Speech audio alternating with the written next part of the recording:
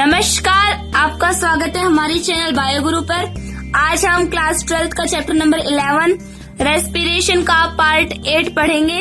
आज का हमारा टॉपिक है श्वसन को प्रभावित करने वाले कारक। हमने पीछे कई चैप्टर्स में प्रकाश संश्लेषण को प्रभावित करने वाले कारक पढ़े थे, जैसे लाइट, O2, CO2, इंटेंसिटी। अब हम पढ़ेंगे श्वसन को प्रभावित करने वाले कारक। श्वसन को दो कारक प्रभावित करते हैं, एक बाह्य कारक और एक आंतरिक कारक। पहले हम पढ़ेंगे बाह्य कारक।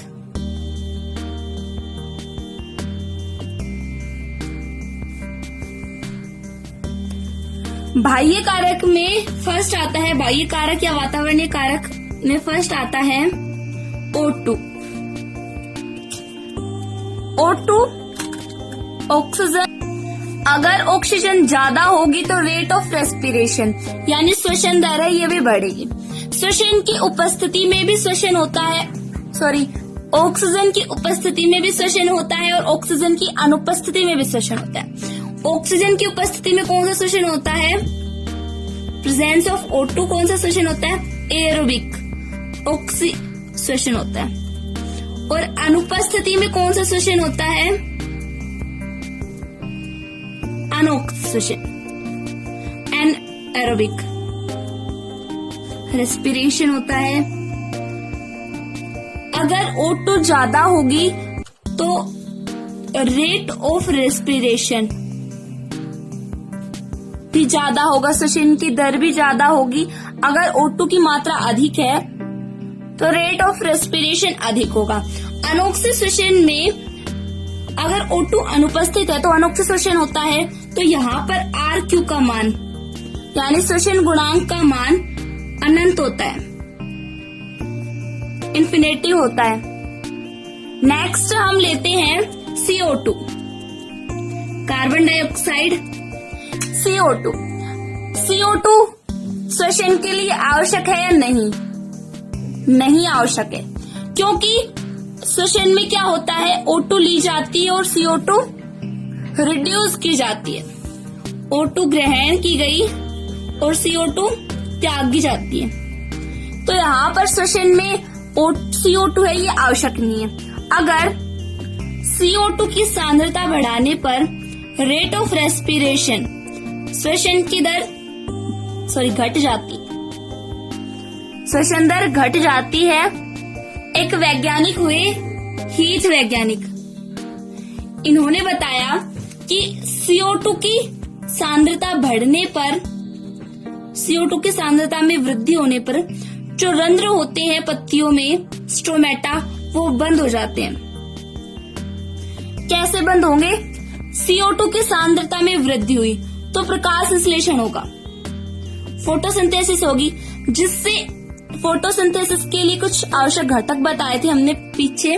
उसके लिए H2O भी आवश्यक है, तो H2O की भी खपत होगी, कमी आएगी H2O की भी पादप में। तो H2O की खपत को रोकने के लिए जो स्टोमेटा है, रंध्र है, वो क्लोज हो जाएंगे।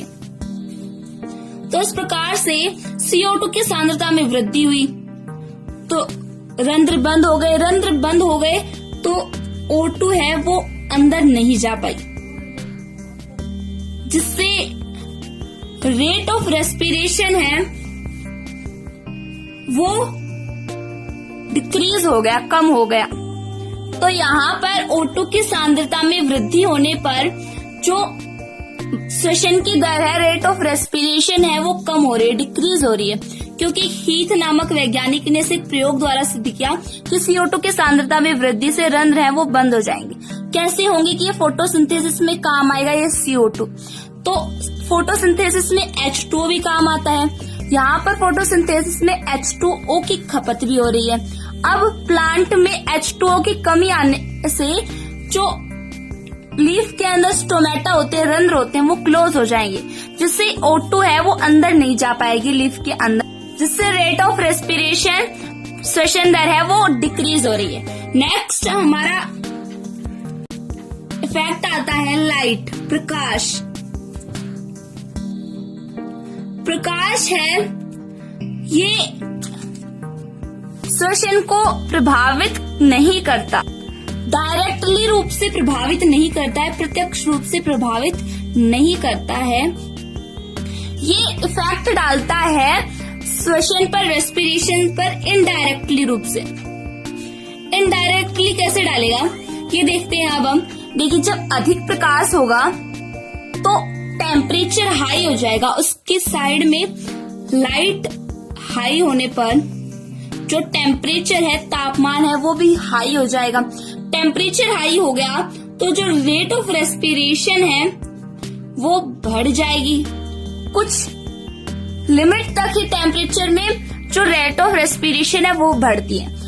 एक लिमिट हम आपको बताएंगे कहाँ से कहाँ तक टेम्परेचर हो तब रेट ऑफ रेस्पिरेशन बढ़ती है, और ज्यादा या उससे कम होने पर रेट ऑफ रेस्पिरेशन यानी श्वसन दर है वो कम हो जाएगी।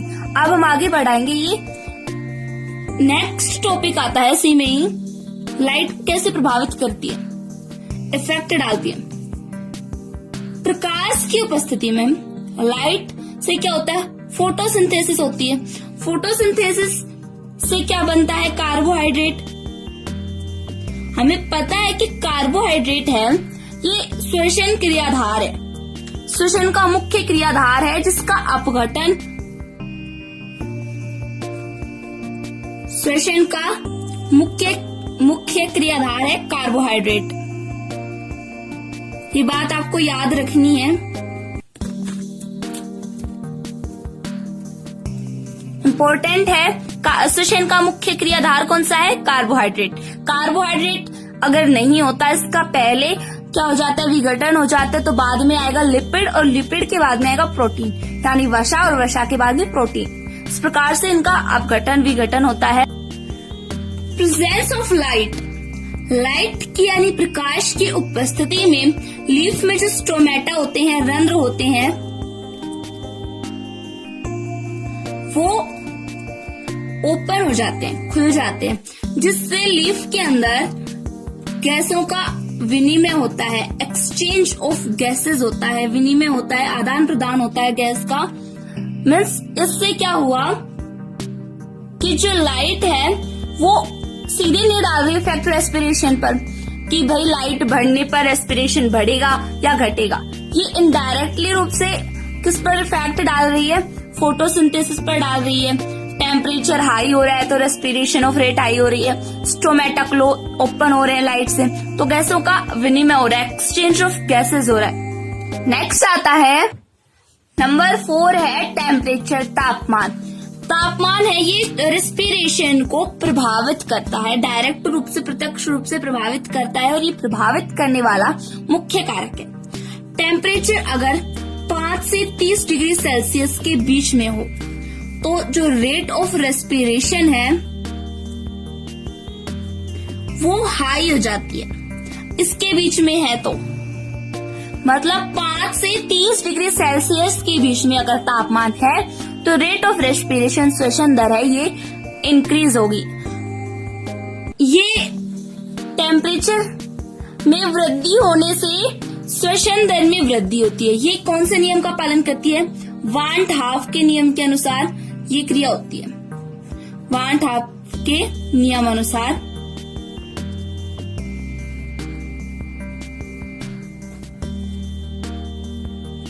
जैसे डायग्राम, एक ग्राफ से समझते हैं। 0, 5, 30 ले लिया यहाँ पे। अब इसके बीच में जो रेस्पिरेशन ऑफ रेट है वो इंक्रीज होगा। यहाँ पर पिकअप होगा, मतलब सबसे हाईएस्ट यहीं पर है 30 पर। अगर इससे कम हुआ तो ये डिक्रीज हो जाएगा। ओके, अब वांट हाफ के नियम के अनुसार क्या होता है, इसमें फर्स्ट आता है कि इस नियम के अनुसार, वांट हाफ के नियम के अनुसार प्रति 10 डिग्री सेल्सियस टेम्परेचर में वृद्धि करने पर, प्रति मतलब जैसे 5 से हमने 10 बढ़ा दिया तो 25, 25 से 35, तो यहाँ 10 डिग्री सेल्सियस में वृद्धि होने पर जो रेट ऑफ रेस्पिरेशन है वो भी 2 गुनी हो जाएगी, 2n, 2 गुनी इतनी तेजी से 2x, इतने तेजी से बढ़ने लगेगी रेट ऑफ रेस्पिरेशन। जो श्वसन की दर है वो तेज होती जाएगी यदि हम प्रति 10 डिग्री सेल्सियस तापमान में वृद्धि करते हैं। तो जो रेट ऑफ रेस्पिरेशन है वो 2 गुनी हो जाएगी, यानी Q10 = 2। नेक्स्ट आता है 35 डिग्री सेल्सियस से अधिक तापमान करेंगे। यहाँ पे इतने डिग्री सेल्सियस 5 से 35 डिग्री सेल्सियस तापमान के बीच में, टेम्परेचर के बीच में जो रेट ऑफ रेस्पिरेशन है वो इंक्रीज हो रही है। अगर इससे ज्यादा 35 से ज्यादा और 5 से कम कर देंगे जो रेट ऑफ रेस्पिरेशन है वो डिक्रीज हो जाएगी। तो 35 डिग्री सेल्सियस से अधिक तापमान करने पर एंजाइम है वो विकृत हो जाएंगे, जिससे रेट ऑफ रेस्पिरेशन है वो डिक्रीज हो जाएगी। समझ में आ रहा है ना?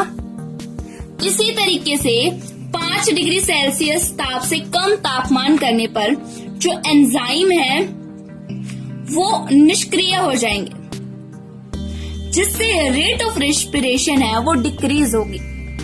आर लिख देती हूँ, रेट ऑफ रेस्पिरेशन समझ जाना। इसी कारण से जो शीतगृह होते हैं, इनमें फल और सब्जियों को बिना सड़े गले रखा जा सकता है इस क्रिया से। नेक्स्ट आता है हमारा वाटर,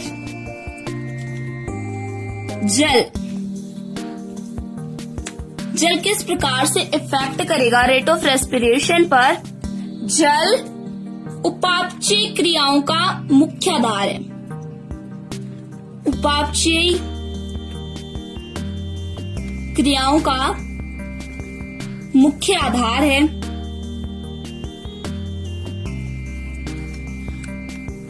पादप में जो जीव द्रव्य होता है उसमें 90 से 98% वाटर होता है, जो क्या काम करता है? परिवहन तंत्र, एंजाइमों की सक्रियता, गैसों के विसरण में अहम भूमिका निभाता है वाटर। सपोज जैसे हमने कोई ड्राई सीड ले लिया है, क्या ले लिया है?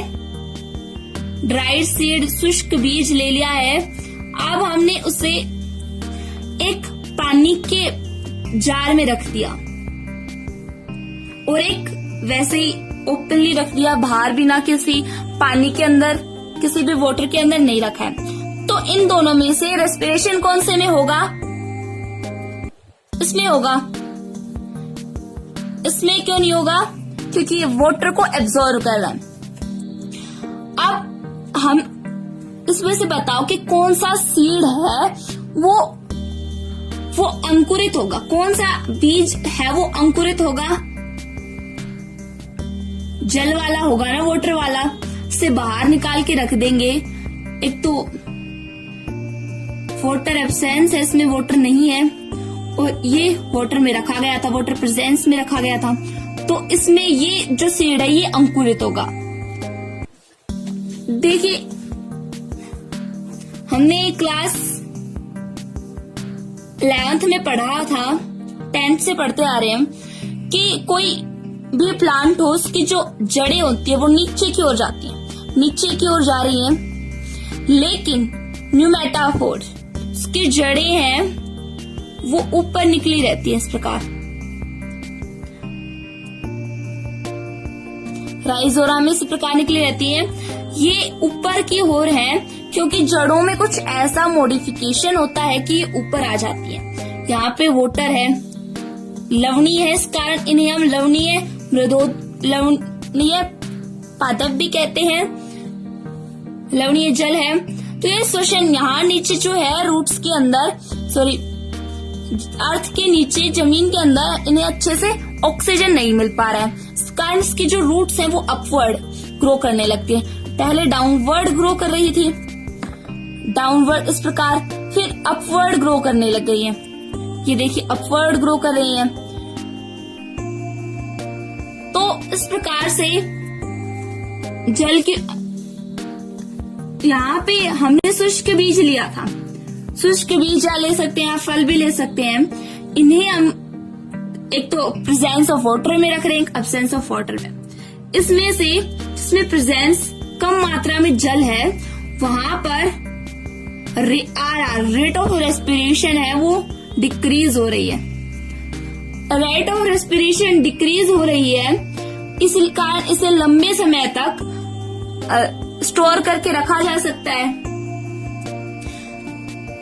जल होने पर जो कार्बोहाइड्रेट या जल की उपस्थिति में कार्बोहाइड्रेट घुलनशील शर्करा में बदल जाता है। किसमें बदल गया? घुलनशील शर्करा में बदल गया, जो श्वसन दर को बढ़ा देती है। आर जिससे इंक्रीज हो रहा है, तो जल की उपस्थिति में कार्बोहाइड्रेट घुलनशील शर्करा में बदल रहा है, जिससे रेट ऑफ रेस्पिरेशन श्वसन दर बढ़ रही है। अब हमने जो एक्सटर्नल इफेक्ट्स थे जो रेस्पिरेशन को इफेक्ट कर रहे थे वो पढ़ लिए। अब हम पढ़ेंगे इंटरनल फैक्टर्स। आंतरिक कारक। आंतरिक कारक मतलब जो पादप में हो रहे हैं, आनुवांशिक कारक या पादप कारक। अब ये देखिए, इसमें फर्स्ट आता है चोट या घाव। अगर पेड़ की कोई इंजरी हो जाती है, वोंड हो जाता है, चोट या घाव लग जाते हैं, तो रेस्पिरेशन की जो रेट है वो बढ़ेगी या घटेगी? बढ़ेगी। कैसे बढ़ेगी? जैसे चोट लग गई पेड़ के, पादप की कोई प्लांट की कोई इंजरी हो गई, अब उसे सही करने के लिए जो आर है वो इंक्रीज होगा, बढ़ेगा। जैसे हमारे कोई चोट लग जाती है तो हमें इसे ठीक करने के लिए क्या करेंगे? हमारे शरीर में ज्यादा एनर्जी की ऊर्जा होगी, और ज्यादा एनर्जी जब होगी जब हम रेस्पिरेशन करेंगे, श्वसन करेंगे। तो यहाँ पर भी वही हो रहा है कि पादप में जो चोट लगी है उसे सही करने के लिए रेस्पिरेशन है वो बढ़ेगी, जिससे एनर्जी स्टोर होगी, एनर्जी रिलीज होगी, जो इंजरी है, चोट है, वोंड है, उसे ठीक करेगी। तो पादप में चोट से रेट ऑफ रेस्पिरेशन बढ़ रही है। नेक्स्ट आता है जीव द्रव्य। जीव द्रव्य किस प्रकार से अफेक्ट डालता है? जो विभज्योतकी कोशिकाएं होती हैं, विभज्योतकी कोशिकाओं का जो जीव द्रव्य होता है उसका जीव द्रव्य अधिक सक्रिय होता है, जिस कारण रेट ऑफ रेस्पिरेशन भी अधिक होती है। और जो परिपक्व कोशिकाएं होती हैं उनका जीव द्रव्य कम सक्रिय होता है, इस कारण उनके रेट ऑफ रेस्पिरेशन है वो डिक्रीज होती है। परिपक्व कोशिकाओं में जीव द्रव्य कम सक्रिय होता है, इस कारण रेट ऑफ रेस्पिरेशन लो या डिक्रीज होती है, कम होती है श्वसन दर। लेकिन विभज्योतकी कोशिकाओं में जीव द्रव्य अधिक सक्रिय होने के कारण श्वसन दर बढ़ जाती है। नेक्स्ट थर्ड आता है कोशिका की आयु। जो नई कोशिकाएं होती हैं, तरुण कोशिकाएं होती हैं,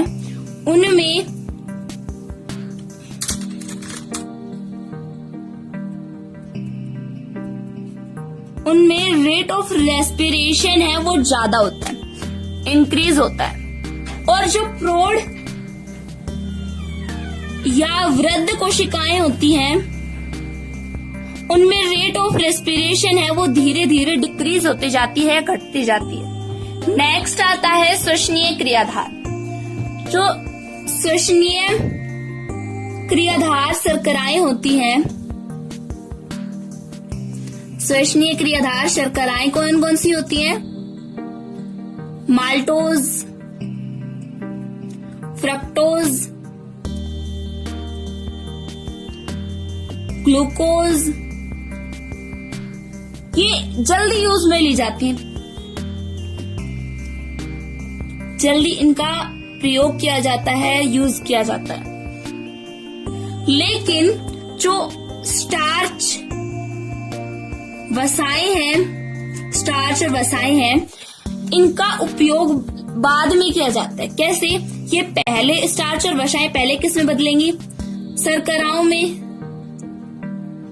श्वसनीय क्रियाधार शर्कराओं, माल्टोज, फ्रक्टोज, ग्लूकोज में। फिर इनका प्रयोग किया जाएगा। तो ये देरी से प्रयोग हुआ इनका एटीपी बनाने में, ये विलंब से काम आ रही है, देरी से काम आ रही है। तो इसी कारण से जो स्वस्थ व्यक्ति होता है उसे भोजन में क्या दिए जाते हैं? स्टार्च और लिपिड, स्टार्च और वसा दी जाती है। और जो व्यक्ति रोगी होता है उसे ग्लूकोज दी जाती है। क्यों दी जाती है इसका कारण ऊपर पता चल गया, क्योंकि जो श्वसनीय क्रियाधार शर्कराएं जैसे माल्टोज, फ्रक्टोज, ग्लूकोज है, इनका पहले यूज हो जाता है एटीपी बनाने में। तो जो रोगी मनुष्य है उसको ज्यादा एटीपी की, फिलहाल एटीपी की जरूरत है, तो उसे ग्लूकोज दिया जा रहा है। और जो स्टार्च और वसाएं हैं वो शर्कराओं में बदल गई और यहाँ बदलने के बाद ये प्रयोग में ली जा रही है। तो ये थोड़ी देरी से हुआ है इनका प्रयोग एटीपी बनाने में। इस कारण स्वस्थ व्यक्ति को भोजन के रूप में स्टार्च और वसा दिया जाता है और रोगी मनुष्य को ग्लूकोज दिया जाता है। यहाँ पर खत्म होते हैं आपके श्वसन को प्रभावित करने वाले कारक। अब जो श्वसन है वो एक एम्फीबोलिक पाथवे है, एम्फीबोलिक पथ है, क्योंकि जो श्वसन है ये एक उपचय क्रिया है। उपचय श्वसन में क्या होता है, सजीवों में दो क्रियाएं होती हैं, उपचय और अपचय। उपचय में क्या होता है कि अभिकारक आपस में जुड़ करके क्या बनाते हैं, जैव उत्पाद बनाते हैं। ये होता है उपचय में। और अपचय में क्या होता है, जैव उत्पाद का विघटन हो जाता है और वो अभिकारकों में टूट जाता है। इसे कहेंगे आप उपचय। मतलब अपचय, जो उपचय है ये एक प्रकार की संश्लेषणात्मक क्रिया है। कि हमने चैप्टर 9 में एंजाइम में पढ़ा था। इसमें संश्लेषणात्मक क्रिया कैसे है, इसमें कौन कौन सी उपचय कौन सी क्रियाओं में होता है, प्रकाश संश्लेषण और श्वसन में, रेस्पिरेशन में हो रहा है। और अपचय में क्या हो रहा है, जैव उत्पाद है, बायो प्रोडक्ट है, वो किसमें टूट रहा है, सबस्ट्रेट में टूट रहा है। ये प्रोसेस भी रेस्पिरेशन में होती है। दोनों प्रोसेस हैं, उपचय और अपचय, दोनों श्वसन में होती है। इसी कारण से श्वसन को एमीबोलिक पथ कहते हैं, एमीबोलिक पाथवे कहते हैं। आशा करती हूँ कि आपको ये वीडियो समझ में आया होगा। अगर आपको हमारा वीडियो अच्छा लगा हो तो चैनल को सब्सक्राइब, वीडियो को लाइक और शेयर जरूर करें। धन्यवाद।